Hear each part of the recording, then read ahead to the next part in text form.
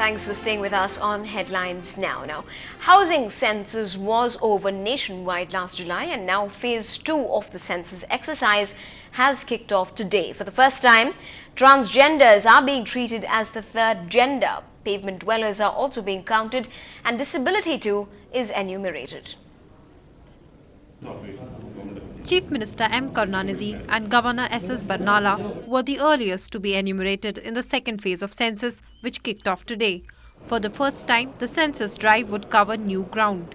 Among the 29 listings, for the first time, disability will be acknowledged and noted, both physical and even mental. And the third sex has the option to declare itself as transgender. Teachers constitute of about 1.5 lakh enumerators and supervisors in the state.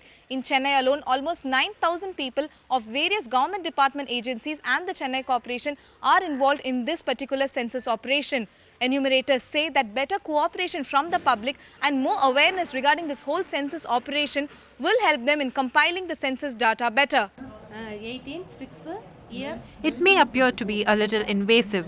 Enumerators will want to put questions on demographic and marital status. There's even a separate code to record non-economic activity. Education and professional parameters will also be part of the exercise. Some of the new features in the questionnaire include 8 options in the disability parameter, including mental health. A new category on those who have worked for less than 3 months among marginal workers has been included. The census on the pavement dwellers to be done on the last day of the census exercise is expected to present a picture on the urban slum dwellers, largely uncounted until now. And the schedule is modernized, it's well designed, and it's designed by the National Institute of Design. So these are, and in the terms of processing, barcoding, etc., there are technical improvements made in the schedule. Because you got to invest your time. Somebody comes to your home with a schedule, you just have to spend about 20 minutes sitting with him and responding to questions. You just can't say, I don't have the time, I can't do it, or come again some other time, etc.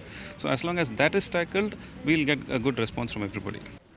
Each of the enumerator will cover 200 houses within the allotted 20 days. They would visit the area during afternoon or evening. Residents who have grievances can call up the civic body's helpline number. We have a corporation's helpline 1913. It's a toll-free number. People can call in that number and then complain if enumerators don't turn up to their houses, probably after 15th. You please wait till 15th. And in your locality, if people don't turn up, you can call in that number and then complain. We will send a response.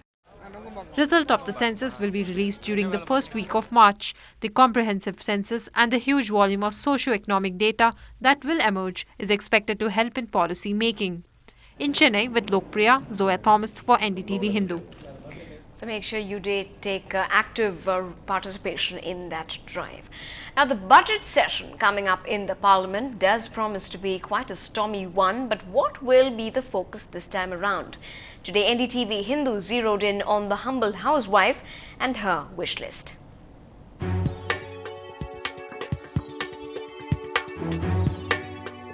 Well, it's just 3 weeks to go for the presentation of the budget this year, and today we are joined by someone who belongs to one of the most important segments of the population and society, housewives. So, Mrs. Suchitra, you are a housewife and the budget is going to be presented on the 28th this year. What are your demands? That the inflation rates go down. The prices of almost all essential commodities like vegetables and gas, everything has gone up. Not only that, the prices of rice, pulses, everything have gone up. So we would like all that to be stabilized. And even the rate of interest on loans for house, cars, all those things have been increased. So all those things, if it reduces, it would be really very good. So cheaper vegetables and so more affordable food is the main demand of the housewives this year. In Chennai, Pratiksha Ramkumar for Ndtv-Hindu. Also, 3 demands there from the budget 2011 coming from the housewife. Now, while living in a rural hamlet, the challenges are many, especially when it's about one's health. And if it's as complex as a mental disorder, then sometime there's no help in realizing that or even treatment. But that is set to change. For the first time, 4 taluks of Pudukkottai district will be part of a pilot project of psychiatric telemedicine services thanks to the Schizophrenia Research Foundation. A customized bus will now enable mobile telepsychiatry services, including a consultation room with state-of-the-art video conferencing equipment to enable consultation. computerized medical records and a pharmacy. The bus also has a public address system for conducting awareness as well as educational programs. It's basically to reach out the rural areas where the people are not in a position to come to the hospital, kind of a thing, where we are trying to give this concept of reaching the people at a rural area where accessibility and other things are all poor for them through an intelligent communication along with that one. So that the experts from the Chennai itself will be in a position to talk to them over there at Pudukkottai, where SCARP is doing the services. Now, the much-loved verses of the Tirukkural now has hit the world of Generation Next gadgets. Yes, the centuries-old Tamil couplet by Thiruvalluvar is now available on the iPhone. The sage's couplets, hailed as a guidebook on the art of living, now belongs right alongside the music of A.R. Rahman and Coldplay. Named as iThirukkural, the application can now be downloaded free from the Apple Store site.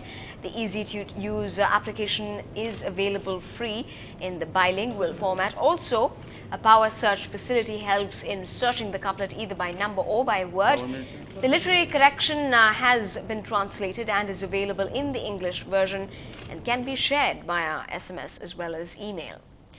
Well, moving to the big national story today, 3 years after she was killed, Arushi's parents have now been charged with murder. Dr. Rajesh and Nupur Talwar have been made accused in the murder of their teenage daughter by a special CBI court.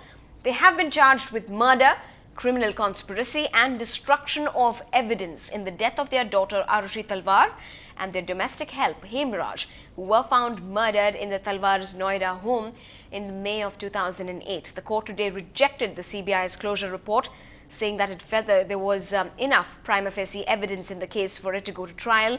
The next key date is the 28th of February, when Arushi's parents will be back in court. Well, up ahead on headlines now, it's competition time once again on Ndtv-Hindu. This time you can take home 2 tickets to the World Cup 2011. That's when we come back, we'll tell you how.